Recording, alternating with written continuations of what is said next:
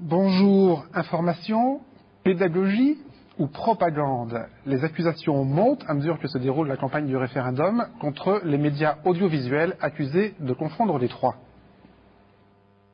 Toute personne a droit à la vie. Nul ne peut être condamné à la peine de mort ni exécuté. Interdiction de la torture et des peines ou traitements inhumains ou dégradants. Interdiction de l'esclavage et du travail forcé. Liberté de pensée, de conscience et de religion. L'Union assure l'absence de contrôle des personnes aux frontières intérieures et développe une politique commune en matière d'asile, d'immigration et de contrôle des frontières extérieures. Alors les médias audiovisuels sont-ils neutres ou font-ils de manière ouverte ou subreptice la campagne du oui? Avec nous pour tenter de répondre à cette question, Bernard Guetta, chroniqueur de politique étrangère à la tranche du matin, le 7-9 de France Inter, tranche très accusée par certains partisans du non d'être monocolore et de faire la campagne du oui.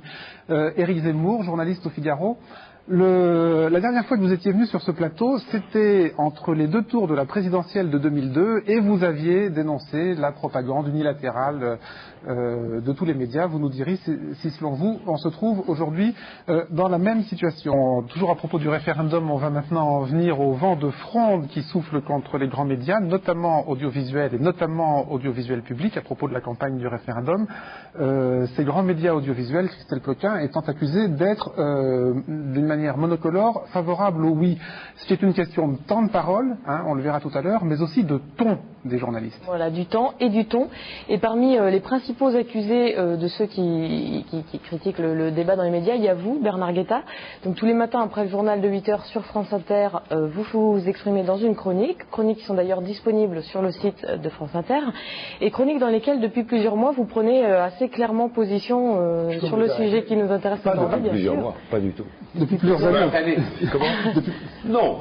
Attendez, on va d'abord écouter une chronique, Bernard, pour que les téléspectateurs se fassent une idée. Voilà, on a choisi l'édito du 18 mars, enfin juste quelques extraits, vous allez voir, vous allez écouter plutôt. Et le 18 mars rappelle simplement que c'était juste après la première percée du non dans les sondages. Tout menace le oui.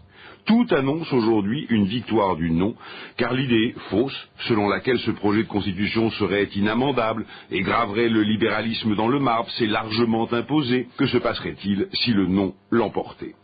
La réponse est d'abord que le projet européen prendrait au bas mot une quinzaine d'années de retard supplémentaire, car il faudrait rebâtir un consensus sur la manière de le remettre en route, ayant réduit à néant un effort commun par le seul effet de son bon plaisir.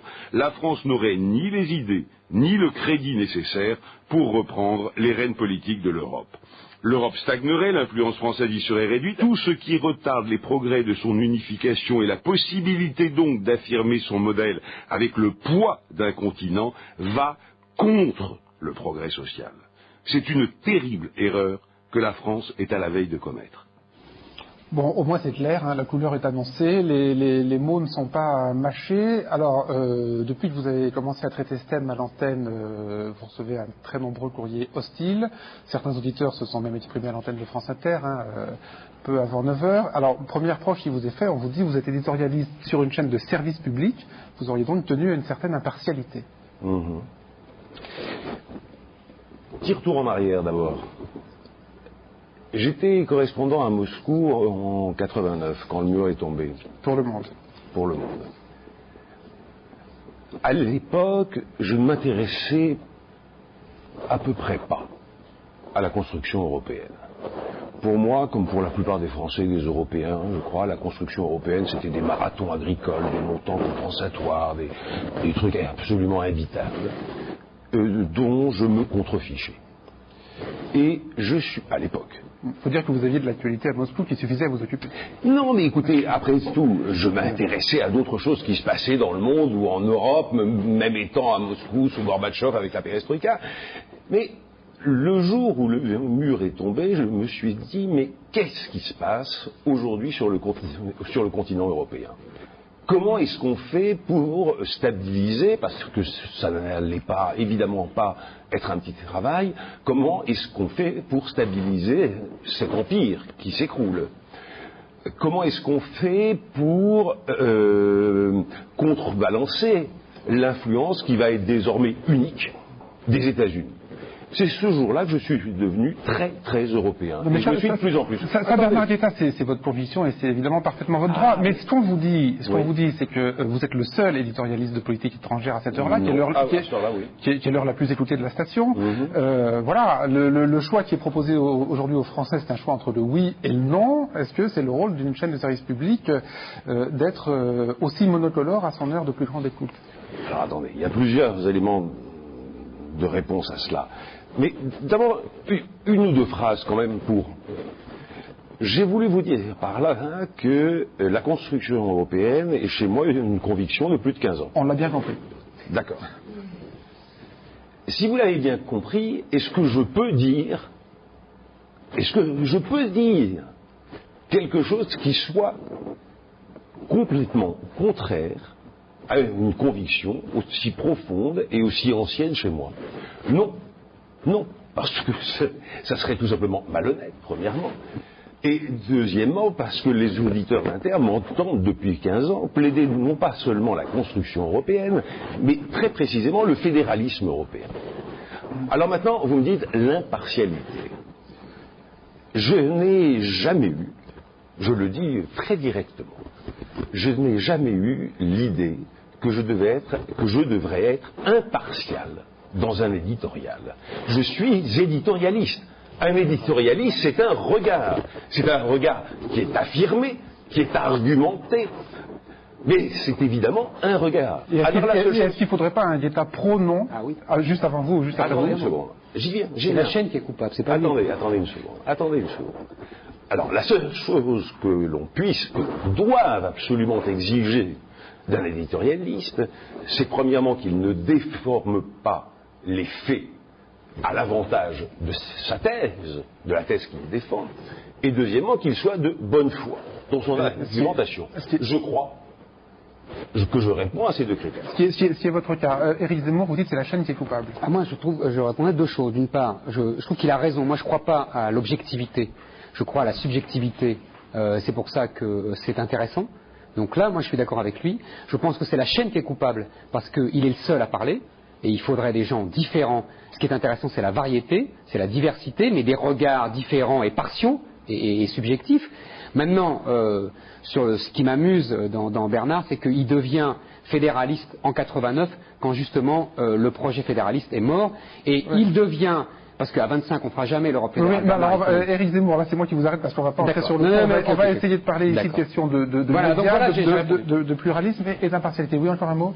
Ben non, je veux rebondir là-dessus. Sur quoi? La culpabilité de la chaîne. Oui, de la station. Je ne crois pas que France Inter soit coupable en quoi que ce soit, pour deux raisons. C'est quand même très très monocolore le matin. Eh ben non, je ne suis pas d'accord avec vous. Pas du tout, absolument. Enfin, il n'y a pas un Guetta pro-non, il n'y a pas quelqu'un qui soit aussi éloquent que vous, qui a un rendez-vous quotidien avec les auditeurs. Il y a une tranche de 7 à 9, 2 heures. 2 heures d'émission. Oui.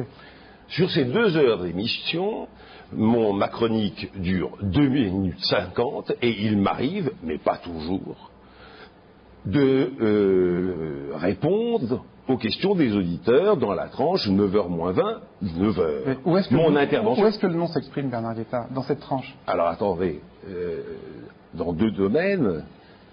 Premièrement, avec les invités.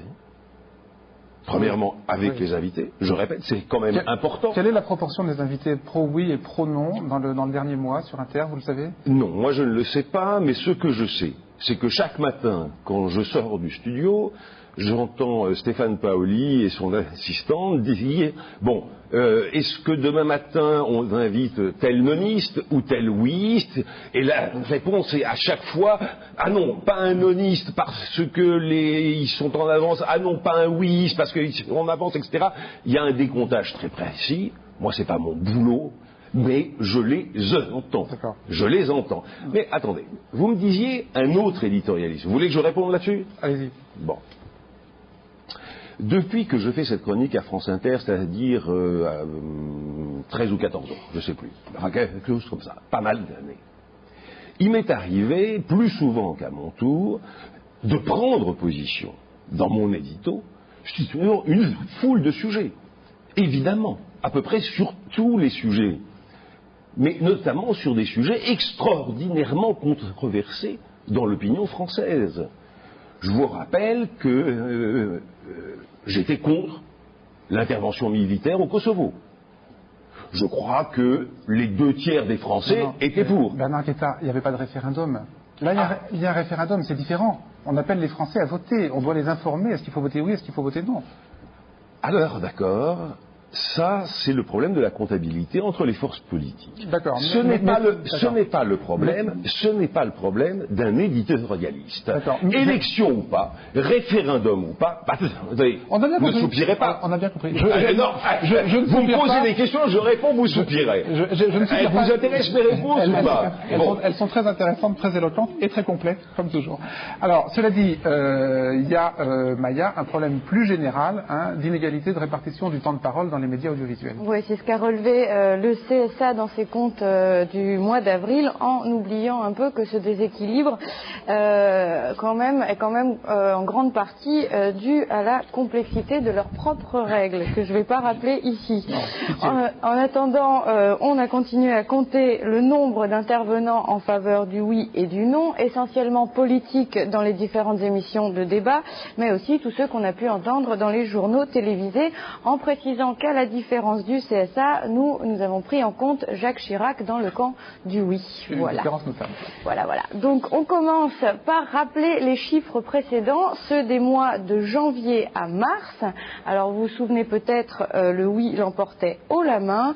Eh bien pour le mois d'avril, ça a légèrement bougé et à l'inverse des sondages, le oui a un peu baissé et le non est légèrement remonté. Alors essayons de voir où s'est fait le déséquilibre, où est-ce que l'équité avait été le moins respecté. Alors durant le mois d'avril, on a vu quelques émissions spéciales référendum. Sur France 3 par exemple, il y a eu Pour un oui ou pour un non, présenté par Élise Lucet et Jean-Michel Blier, et là 50-50, l'équilibre est parfait. Sur France 2, on a pu voir 100 minutes pour comprendre l'Europe, présenté par Olivier Mazerolle, et là aussi 50-50, donc ce n'est pas dans ces émissions que l'écart s'est creusé. Alors les émissions hebdomadaires, sur France 5, Serge Moati d'Henri Post, idem, 50-50, et même chose sur France 2, mots croisés, Arlette Chabot ne laisse rien dépasser et atteint le même score, 50-50. Donc, pour trouver le déséquilibre, il fallait aller chercher ailleurs, par exemple dans les journaux télévisés, et là c'est vrai que la balance commence à pencher sérieusement, puisque toutes chaînes confondues, il y a eu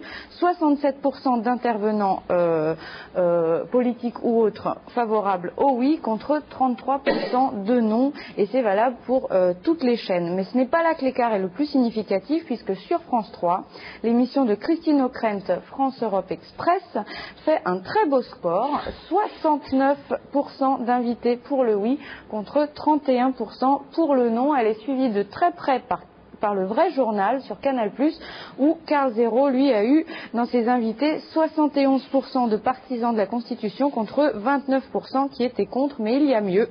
C'est sur France 2, Question ouverte, où on a notamment pu voir Lionel Jospin. Donc question ouverte qui ne fait pas dans la dentelle, avec 75% d'intervenants pour le oui contre 25% pour le non. Réaction? Moi, je trouve que c'est très intéressant ces chiffres, mais je trouve que il faut aller au-delà, d'après moi, pour voir l'ambiance depuis à peu près 3 semaines, 1 mois. Je crois qu'il y a eu un basculement, c'est-à-dire que jusqu'alors, les partisans du oui étaient sûrs de gagner, et donc les règles d'équité étaient à peu près respectées. C'est pas que je montrais les chiffres de Maya. Non, mais parce que moi, je ne m'attache pas, je comprends ces chiffres, ils sont intéressants, mais pour moi, il y a un au-delà. Je vous donne un seul exemple. Hier, avant-hier, je sais plus, je me balade en voiture, j'écoute la radio, Europe 1, le journal d'Europe 1. On parle au journal d'Europe 1 de la performance de Jacques Chirac à la télévision avec les journalistes et non pas avec les jeunes. Et on dit il s'est beaucoup mieux débrouillé, etc. Et d'ailleurs, vous allez écouter l'avis de l'expert en communication, Maurice Lévy, PDG de Publicis. Donc on s'attend à un commentaire d'expert de la communication sur la prestation façon chiracienne. Eh ben non, on a le droit à 2 minutes ou 3 minutes, je ne sais pas, d'intervention de monsieur Maurice Lévy, PDG de Publicis, qui dit « mais la Constitution c'est drôlement bien et c'est très grave de voter non et patati et patata ». C'est ça depuis 3 semaines, tout le temps. C'est-à-dire que toutes les radios, toutes les télés sont au service du oui, c'est une espèce de tsunami de propagande, d'experts bidons, parce que ça c'est des experts bidons, il est expert en communication, il n'est pas expert en politique étrangère, et tout est comme ça, c'est pour ça que c'est très intéressant que vous me disiez, j'avais oublié, que la dernière fois que j'étais venu c'était entre les 2 tours de la présidentielle, parce que ça commence à ressembler à ça, c'est-à-dire une grande machine de propagande au service d'un camp contre un autre qui écrase l'autre sous les bombes médiatiques. Alors, vous parlez des experts et de la première catégorie d'intervenants dont on voulait analyser les prestations à la télé. Alors, c'est vrai que depuis quelques semaines, on voit se multiplier dans toutes les émissions des interventions d'experts qui nous expliquent ou vont nous expliquer la Constitution. Alors, s'agit-il, Christelle, de séquences de pédagogie ou de propagande ? Alors là, moi, je vous laisse juge, mais c'est vrai que dans leur souci d'explication du traité, chaque radio, chaque chaîne de télé y est allée de son expert Est-Constitution, nous délivrant une dose d'Europe régulière. Alors sur M6, par exemple, c'est le journaliste Guy Lagache qui nous administre la pastille quotidienne d'explication européenne, enfin du traité constitutionnel en tout cas, et pour ça, il reprend le texte exact des articles et il donne un petit peu des arguments du oui, un petit peu des arguments du non. C'est le sujet le plus sensible du débat actuel entre les partisans du oui et ceux du non. Alors, la nouvelle constitution est-elle plutôt sociale ou libérale ? Eh bien, jugez par vous-même. L'article 3, par exemple, parle d'une économie sociale de marché hautement compétitive qui tend au plein emploi et au progrès social. Plus loin, l'article 117 parle d'une promotion d'un niveau d'emploi élevé, de la garantie d'une protection sociale adéquate, de la lutte contre l'exclusion sociale. Alors pour les partisans du non, ces articles sont trop généraux, trop vagues, il n'y a aucune obligation de résultat. Les tenants du oui, eux, soulignent que la protection sociale est clairement inscrite dans la Constitution, ce qui n'était pas le cas jusqu'à présent dans les précédents traités européens. Alors, même question, mais cette fois vue par l'expert de France 3. Alors lui, c'est le journaliste François Poulet-Matisse. Il est intervenu chaque jour pendant une semaine en avril dans le 12-14. Et ce jour-là, il abordait lui aussi le débat Europe sociale ou bien Europe libérale, mais lui, sans citer d'arguments ni du oui ni du non. Et nous poursuivons ce matin notre décryptage du traité constitutionnel, le texte rédigé par la Convention, libérale ou sociale, l'analyse de François Poulet-Matisse. De marché, où la concurrence est libre et non faussée, est, depuis le début, en 1957, un principe fondateur de la construction européenne. La Constitution n'apporte rien de neuf sur ce point. Elle insiste néanmoins sur le caractère hautement compétitif de cette économie. Pourquoi ? Cette ambition est la reprise textuelle de l'engagement pris par les chefs d'État et de gouvernement à Lisbonne, en mars 2000. Celle de faire de l'Europe l'économie la plus compétitive du monde. Choix entériné à l'époque par tous les gouvernements, qu'ils soient de droite ou de gauche. La Constitution ajoute des exigences sociales, la recherche d'un niveau d'emploi élevé et d'un haut degré de protection sociale. Et cela à chaque fois que des politiques européennes doivent être mises en œuvre. Alors, c'est vrai, je voudrais qu'on revoie juste l'image une seconde, là, parce que la mise en scène, Europe libérale ou Europe sociale, le drapeau européen, le monologue face à la caméra, tout tend à faire croire qu'il s'agit là d'une intervention pédagogique, parfaitement impartiale. Alors, le problème, c'est pas tant dans ce qu'il dit que dans ce qu'il ne dit pas. Par exemple, il ne donne pas du tout les arguments du non. Il aurait pu expliquer que les partisans du non dénoncent la formulation qu'il cite lui-même, le niveau d'emploi élevé, parce qu'elle est selon eux beaucoup moins protectrice, par exemple, que la formulation plein emploi. Où ils se plaignent aussi, les partisans du non, que les mots droit d'obtenir un emploi, qui sont actuellement en vigueur dans la Constitution française, aient été transformés dans le traité en droit de travailler. Voilà, qui favorise selon eux la précarité. Voilà. Alors, un commentaire sur toutes ces séquences de pédagogie. C'est-à-dire c'est de la fausse pédagogie. C'est quoi, c'est de la pédagogie d'ailleurs. C'est quoi c'est de la propagande. C'est-à-dire c'est une tentative d'explication d'un texte sans son contexte. C'est-à-dire on fait semblant de croire que l'Europe est une chose abstraite, qu'elle n'existe pas. C'est très intéressant là l'intervention du type, parce qu'il dit à aucun moment que dans le cadre de la mondialisation, de l'Organisation mondiale du commerce, de l'Europe telle qu'elle est, c'est-à-dire sans frontières, sans protection, évidemment que toutes les priorités sociales vont rester en l'air. C'est évident, puisque le modèle de mondialisation est un modèle libéral et qui a une concurrence féroce de tous les pays à bas salaire. Enfin, je vous fais pas le numéro là-dessus. Mais ça nécessiterait aussi d'être expliqué. Après tout, on peut dire, et j'en connais, qui estiment qu'il faut rester dans ce cadre de la mondialisation, que l'Europe, qu'on voulait une protection contre la mondialisation en fait, et le chausse-pied de la mondialisation, et que c'est très bien parce que ça va nous apporter des emplois hautement compétitifs. Il pourrait le dire, mais au moins qu'il l'explique. Là, il ne l'explique pas du tout. C'est pour ça que j'appelle ça de la propagande, c'est pas de la pédagogie. Par exemple, vous préférez l'exposé de Guy Lagache sur M6 qui s'oppose à M6 ? C'est moins malhonnête, ouais. Je trouve ça moins malhonnête. Alors, sur les deux séquences que vous venez d'entendre là, on est dans la pédagogie ou on est, comme le dit Éric Zemmour, dans la propagande ? Écoutez, je sais pas. Non, je sais pas définir ça. Ce sont voilà, effectivement... C'est important quand même. C'est important. Laissez-moi y venir. Je ne sais pas définir ça parce que je ne sais pas, je ne connais pas exactement le sens des mots pédagogie, propagande ou je ne sais pas quoi. Mais non, pourquoi Non. Qu'est-ce que c'est que de faire de la pédagogie sur un projet de traité comme celui-là? Moi, je ne sais pas, et j'ai pour ma part choisi une autre voie, tout à fait différente, dont je vous parlerai tout à l'heure.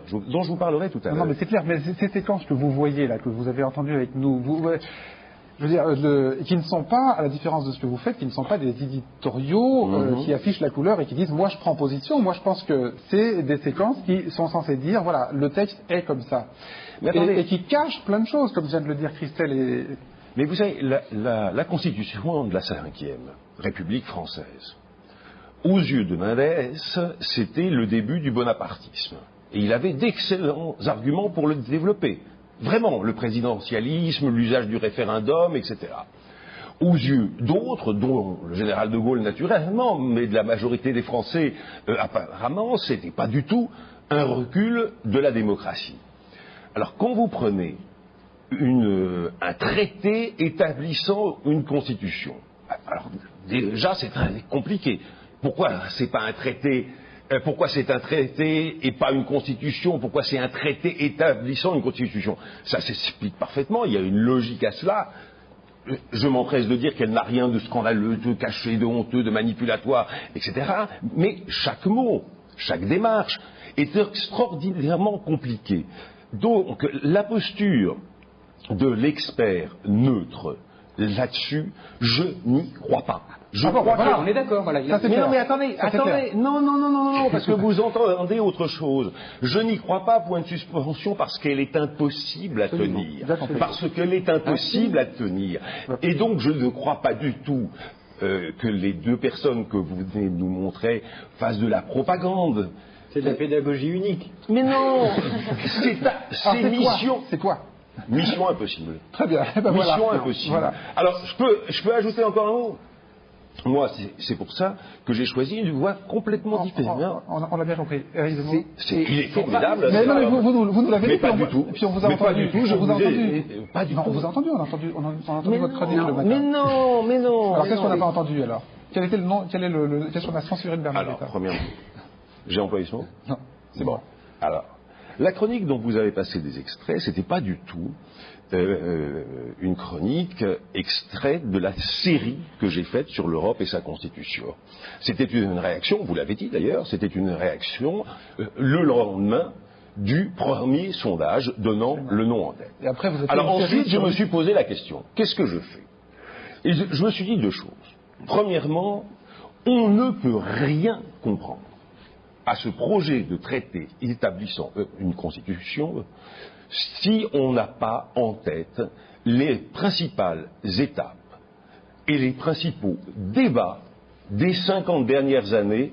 Bon, je m'arrête. Non, mais je m'arrête parce que vous soupirez. Non, je ne soupire pas, et je rappelle aux non-auditeurs de France Inter qu'effectivement, vous avez fait une série de 16 épisodes, je crois. 17, excusez-moi, retraçant les principales époques et étapes de la construction européenne. Et une deuxième chose, j'ai pris les trois critiques qui étaient faites le plus souvent par l'ensemble des nonistes à ce projet de constitution, et j'ai dit non, ça ne tient pas. Inamendable, ça ne tient pas. Gravant le libéralisme dans le marbre, ça ne tient pas. Ouvrant la voie à la dictature, ça ne tient pas. Voilà ce que j'ai fait. Donc c'est un nouveau cas de figure. Vous donnez des arguments du non pour les réfuter. Exactement. Voilà. Je les ai pris en compte, non pas du tout méprisés, non pas du tout ignorés. Au contraire, je les ai pris en compte, exposés et donné mon regard sur eux. D'accord. Alors, dernière catégorie d'intervenants, Christelle. Il y a les hommes politiques, on a vu comment leur temps de parole était compté. Il y a les experts, mission impossible, avez-vous dit. Et puis il y a les journalistes. Et quand on écoute parler les journalistes, et notamment les présentateurs de JT, on se rend compte qu'on est souvent dans l'imperceptible. Dans l'imperceptible, et ça peut même passer dans le subliminal quasiment. C'est des orientations qui peuvent se cacher au détour d'une phrase, d'un mot même. Alors dans les JT par exemple, si on ne fait pas bien attention, ça passe comme si de rien n'était. D'ailleurs, vous avez peut-être jamais rien remarqué, mais comme on va vous en donner l'occasion, si vous êtes très attentif ou bien très coupeur de cheveux en quatre, c'est à vous de voir, eh bien, vous décèlerez peut-être quelques perles de subjectivité. Hier, Philippe de Villiers a posé la question qui dérange en demandant tout simplement à Jacques Chirac quel financement était prévu pour la campagne, dans cette campagne, pour les partisans du non. Et c'est vrai qu'on n'y avait pas pensé. Bref, les Français très sceptiques, la plupart du temps, avant même de savoir d'ailleurs ce qu'il y a dans cette Constitution. Le débat, alors que les mauvais sondages se multiplient sur l'Europe et donnent le non en tête, que la Grèce, elle, a adopté hier soir le fameux traité constitutionnel. C'est le 6e pays à le faire. Tous sauf l'Espagne ont donc choisi la voie parlementaire pour ratifier ce traité, ce qui est quand même beaucoup plus facile que pour nous ici en France. Blanc, nul ou bien même absent. En boudant, les Français prendraient le risque d'enrayer la belle mécanique européenne. Surprenante attitude qui ne manque pas d'explication. Ombrageux Français qui n'aiment pas qu'on les pousse. Finalement, il rappelle un peu cet écolier de Prévert qui dit non avec la tête, mais oui avec le cœur. Et puis ce n'est encore qu'un sondage, bien sûr. Côté sondage, le oui va un peu mieux, selon le baromètre Ipsos Le Figaro Europe 1. L'Europe unie va fabriquer le plus gros avion du monde. Effectivement, Airbus, c'est d'une certaine façon l'Europe de la réussite qui s'affiche en pleine période électorale. Merci beaucoup Simone Veil, je vous interromps malheureusement puisqu'on arrive à la fin de ce journal. À bientôt et merci de faire cette campagne, même si certains vous engagent à démissionner du Conseil constitutionnel. Voilà, merci Simone Veil de faire cette campagne. Dit le présentateur. Et puis on a entendu parler de mauvais sondages pour l'Europe, puisqu'il donne le temps en tête. Et puis d'Airbus, qui est la réussite de l'Europe, alors que c'est pas du tout la réussite de l'Europe, mais de pays qui se sont alliés il y a 30 ans, etc. Enfin, tout est faux là-dedans, c'est extraordinaire. J'ai trouvé la phrase de Prévert très très bien placée là, parce que dire non avec la tête et oui avec le cœur, c'est dit en quelques secondes. Or, il y a un temps de latence pour changer d'avis. Quand on adhère à la première partie d'une phrase, pour tous ceux qui vont être des tenants du non, on dit oui, je dis non avec la tête, et après il y a oui avec le cœur, et c'est beaucoup trop court pour ne pas adhérer à toute la phrase. Tiens, et d'ailleurs, puisque vous êtes là, spécialiste du cerveau et des mécanismes du cerveau, alors c'est effectivement cet unilatéralisme là qu'on voit dans les interventions des experts, dans ce montage de phrases subliminales des journalistes. Ça produit quel effet? C'est-à-dire, ça incite plutôt à voter oui, ou est-ce que ça, au contraire, par réaction, ça peut produire l'effet inverse? Ça incite à voter oui, parce que ça s'adresse à un mode de traitement de l'information dans le cerveau qui s'appelle le mode périphérique, c'est-à-dire, par exemple, si vous achetez une machine à laver, vous avez le choix entre lire la notice ou vous en remettre au vendeur. Et très rapidement, quand vous commencez à lire toute la notice, ça c'est le traitement central de l'information en prenant en compte les arguments. Si les arguments sont trop compliqués, très rapidement il y a un mode de traitement qui s'appelle le mode périphérique, et donc qui consiste à s'en remettre à un expert. Et dans un cas comme celui-là, c'est évident que la question est tellement compliquée que l'effet expert, la notice est épaisse. L'effet expert est très, très très puissant, et donc moi effectivement j'aurais tendance à penser que ça va très fortement faire pencher la balance en faveur du oui. Alors, bon, vous êtes éditorialiste, vous nous avez bien expliqué dans quel cadre vous situez votre travail. Est-ce que vous êtes choqué de voir, par exemple, un présentateur dire « mauvais sondage pour l'Europe, le non est en tête » ou un présentateur dire « merci Simone Veil de faire cette campagne ». La dernière phrase, oui, est absolument choquante. Absolument choquante. Merci Simone Veil de faire cette campagne. Évidemment que c'est choquant. Mauvais sondage pour l'Europe. Je crois que vous coupez un peu les cheveux en quatre. Mais oui. C'est des mauvais sondages pour le oui, c'est pas des mauvais sondages pour l'Europe. D'abord, on peut en discuter, et deuxièmement, il y a des automatismes de langage. Ne vous voyez pas des complots de jeux. Mais en revanche, oui, évidemment, la phrase à Simone Veil, oui, elle est absolument choquante. Moi, je pense qu'ils sont pas de mauvaise foi. Ils sont aliénés au sens où on le disait dans les années 70. Et il y a une vraie aliénation idéologique de la classe médiatique depuis 20 ans, qui à 80 ou 90% pense la même chose, et ça ressort régulièrement à chaque moment de tension de la société française depuis 20 ans, et ça tente avec les moyens modernes de télévision, hein, ça ressemble de plus en plus à de la propagande, parce qu'ils pensent tous de la même façon, ils se rendent même pas compte, ils se croient objectifs.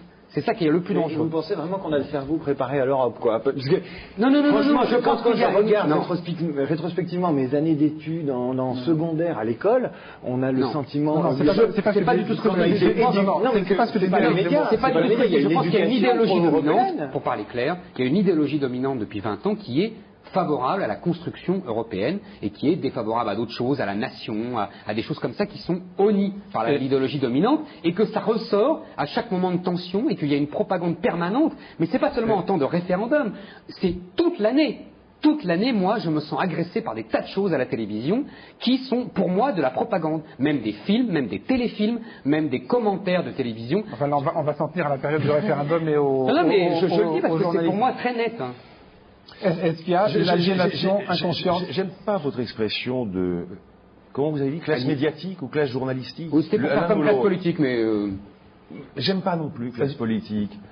On n'appartient pas à la même classe, on n'appartient pas au même groupe, on n'a pas les mêmes idées politiques. C'est pas parce que vous et moi sommes journalistes, vous au Figaro, moi à France Inter, moi éditorialiste, un peu différent, mais enfin peu importe, que nous représentons le même groupe. À l'intérieur, je suis pas d'accord. Il y a justement une grande uniformisation sociologique des journalistes et donc une grande uniformisation idéologique des journalistes. Mais justement, c'est le grand fait depuis 20 ans que là, vous niez, et d'après moi, à tort, justement parce que vous êtes dans l'idéologie dominante. Évidemment, quand on est dans l'idéologie dominante, on pense toujours que c'est pas l'idéologie dominante. Et ça, c'est un classique depuis 2 siècles. Alors écoutez, je vais vous dire, je suis dans l'idéologie dominante, moi. Oui. Ah bon. Quelques exemples. Gorbatchev, je soutiens contre l'idéologie dominante. C'est faux. L'idéologie dominante française soutenait Gorbatchev.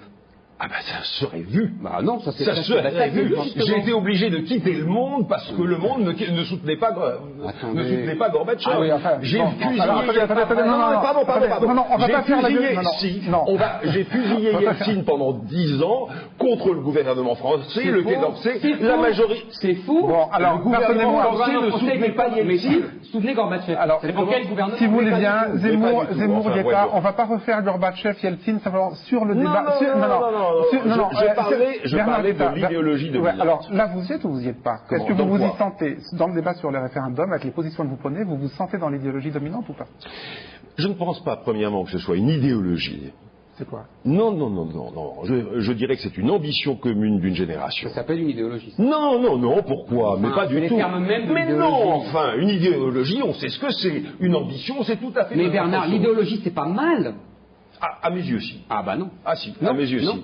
Non, à mes yeux, si. Mais le génie de la génération pour des non-idéologies. Mais non, la génération à laquelle j'appartiens, qui est un peu plus âgée que la vôtre, est effectivement habitée par l'ambition de la construction européenne. Et je m'en réjouis. Mais vous savez, il y a d'autres idées communes à des périodes ou à des générations. Je vous ferai remarquer, par exemple, qu'il y a assez peu de monarchisme en France. Généralement, on est plutôt républicain en France. Bon, oui, c'est un fait. Enfin, il y a assez peu, et Dieu merci... Si on en croit les sondages il y a davantage d'adeptes du non que de monarchistes en France, puisqu'ils sont aux alentours de 50%. Il y a assez peu d'adeptes, et Dieu merci, sur les plateaux de télévision et dans les journaux, du racisme ou de l'antisémitisme, etc. Vous, c'est du même ordre. C'est-à-dire qu'être républicain, être antiraciste ou être pour l'Europe, c'est du même ordre. Vous caricaturez si violemment que j'en reste désemparé. J'essaie de comprendre. Essayez mieux. Non. Écoutez, je dis simplement que chaque époque chaque génération a des idées qu'elle partage. C'est bien ce que je dis, ça s'appelle l'idéologie dominante. Bon, allez, j'appelle ça, moi, des ambitions. Une idéologie, c'est le communisme, c'est le nazisme, mais la République a été une idéologie, Bernard. Je ne crois pas. Je ne crois pas. Non. Il y a 2 siècles. Elle a été une ambition. Évidemment, mais même il y a un siècle. Très bien. Alors, Eltsine et Gorbatchev ne suffisaient pas. On est de retour en 1789, mais on va revenir aujourd'hui. Dès qu'on tire le fil de l'Europe, on tombe sur tout. Et on va arriver à Rome et à Athènes bientôt, je pense. Bien sûr. Alors, dernier type d'extrait qu'on voudrait analyser, c'est les questions des journalistes, puisqu'un journaliste, ça pose des questions, et une question, ça peut aussi être une prise de position. Ou pas. Alors, l'émission qui est la plus contestée par ceux qui disent qu'il n'y a pas assez de partisans du non dans les médias, c'est France-Europe Express. Donc nous, on a regardé en détail les 10 dernières émissions pour voir comment Christine O'Krent, accompagnée de Jean-Michel Blier et du patron du journal Libération, Serge July, interrogeait leurs invités. Alors d'abord, voilà comment ils interrogent les partisans du non. Je prends l'exemple. Est-ce que c'était pas le cas jusqu'ici? Les gouvernements français ont toujours les négociations. Je vous pose une question, si vous le permettez. Jusqu'ici, dans le système communautaire, ça a toujours été comme ça. Juste une petite remarque, Marie-Georges Buffet, mais parce qu'il faut qu'on soit précis, et pédagogique, et les téléspectateurs nous le demandent. Vous dites que la Charte des droits fondamentaux n'a pas de valeur contraignante. Dès lors qu'elle est inscrite dans la Constitution, elle a une valeur contraignante. Oui. Et au niveau vous ne répondez pas très bien, parce que, si je puis me permettre, cette qualification, je veux dire, il se passe quoi? On est le lendemain. Le problème des compromis, le problème de l'Europe, c'est qu'on n'est pas tout seul. Expliquez-nous, alors que la Constitution, le texte de la Constitution reconnaît le rôle des partenaires sociaux, la négociation collective, la protection des travailleurs en cas de licenciement, que la CES, la Confédération européenne des syndicats, approuve le projet et appelle à dont la CGT est membre. Comment, expliquez-nous, est-ce que les syndicats européens se trompent à ce point? Est-ce qu'il n'y a pas un risque de scission et de schisme au sein de la gauche? Et comment, j'ose dire... Est-ce que vous y êtes encore? Première question. Je vous interromps, Monsieur Emmanueli. Je vous interromps parce qu'il est temps de passer, grâce à vous, Guillaume Van Hems. Monsieur Emmanueli, je vous en prie. Voilà. Et voilà maintenant comment ils interrogent les partisans du oui. Quelle stratégie pour faire gagner ce oui au référendum, Martine Aubry? Claude Allègre, vous êtes pour ce projet de constitution et vous pensez que ce système de majorité qualifiée, appliqué à des domaines, je le répète, qui jusqu'ici sont paralysés parce qu'en fait, et surtout à 25, on n'arrivera jamais à être tous d'accord. Vous pensez, vous, que c'est un argument que vous pouvez opposer à M. Généreux ce soir? J'ai envie de vous demander que faire pour sauver la Constitution? Est-ce que l'Amérique veut une Europe forte, politique, une Europe de défense, ou est-ce qu'elle souhaite plutôt une Europe très élargie avec la Turquie qui se diluerait de façon finalement favorable pour les Américains? Deuxième question, François Bayrou. Comment vous pensez qu'il faut dépolluer le référendum de tous ces aspects collatéraux?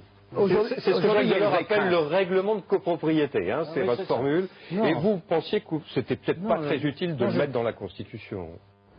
Éric Zemmour, vous avez beaucoup ri? Ah ben oui, parce que là, on est au-delà même de la propagande, on est dans l'autodérision, si j'ai bien compris, non? Sans doute.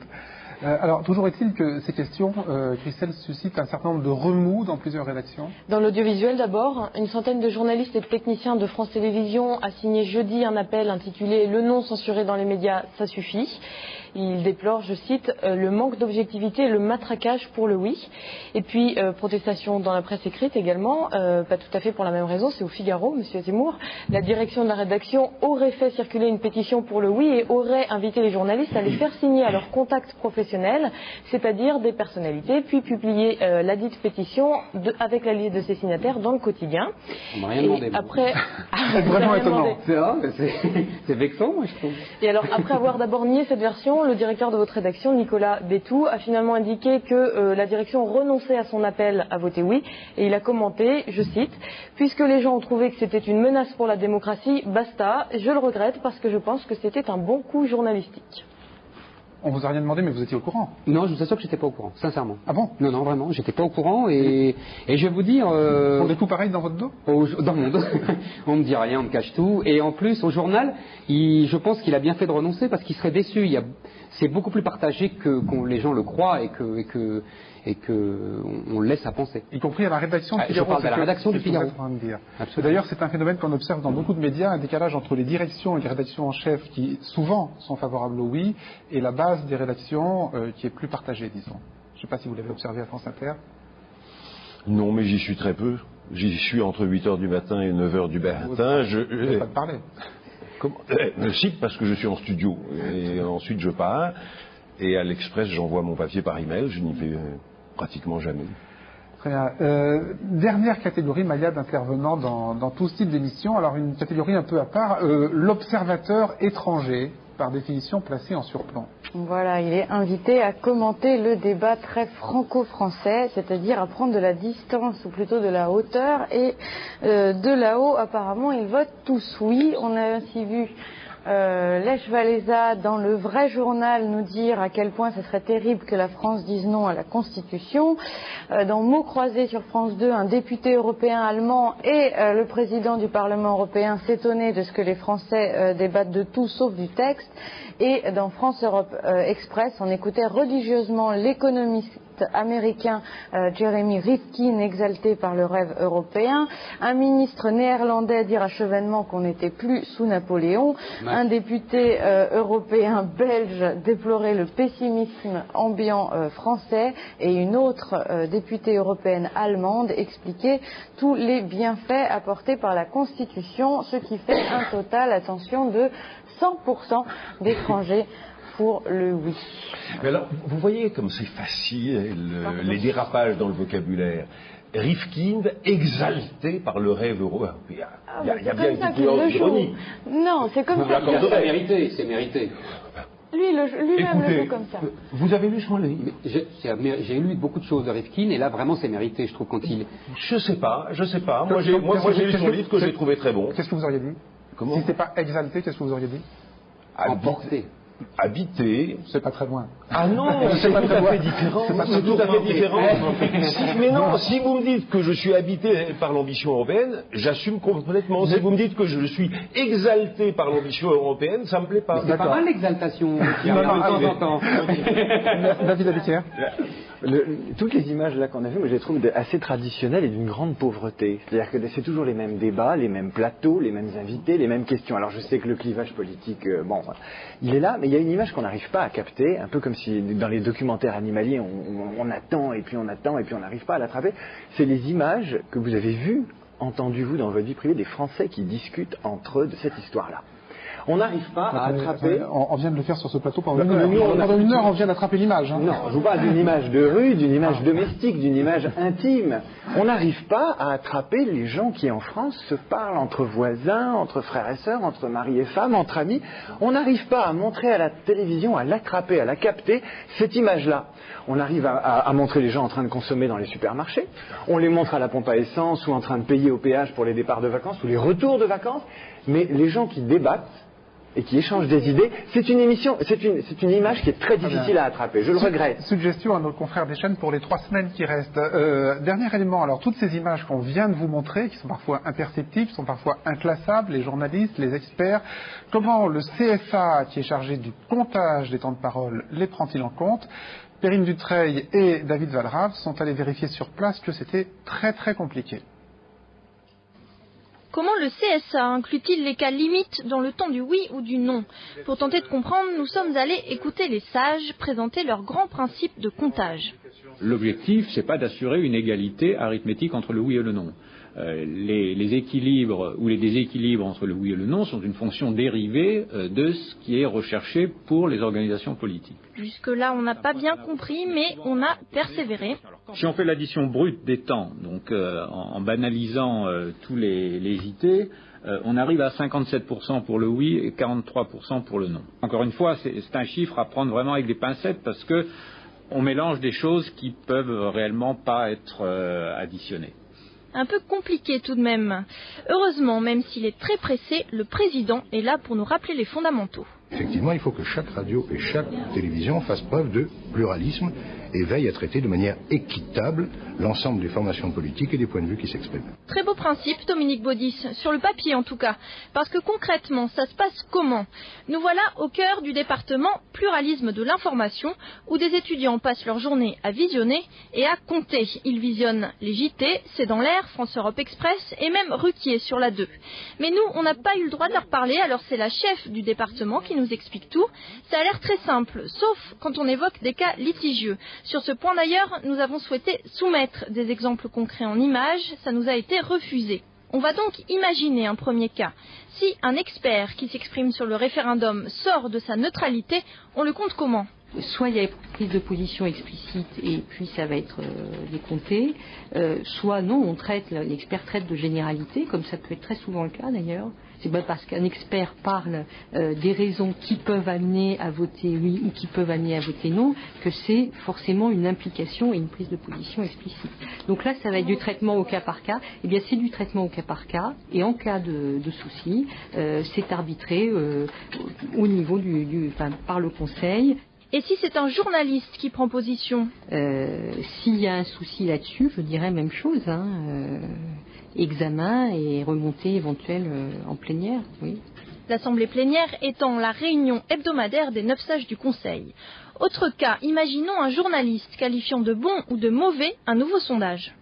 Est-ce que simplement un objectif est suffisant pour réputer qu'à ce moment-là, il y a une prise de position effective en faveur du oui ou du non? Ça pose une question d'interprétation et donc de nouveau le problème de savoir quelle appréciation le Conseil peut porter là-dessus. Voilà, beaucoup de questions et peu de réponses. Un peu, il est vrai, comme à toutes les campagnes électorales, où le comptage est un art qui rencontre souvent ses limites. Merci à tous deux d'avoir participé à ce débat sémantique et sur les images. Arrêt sur image revient dimanche prochain, 12h40. Au revoir à tous.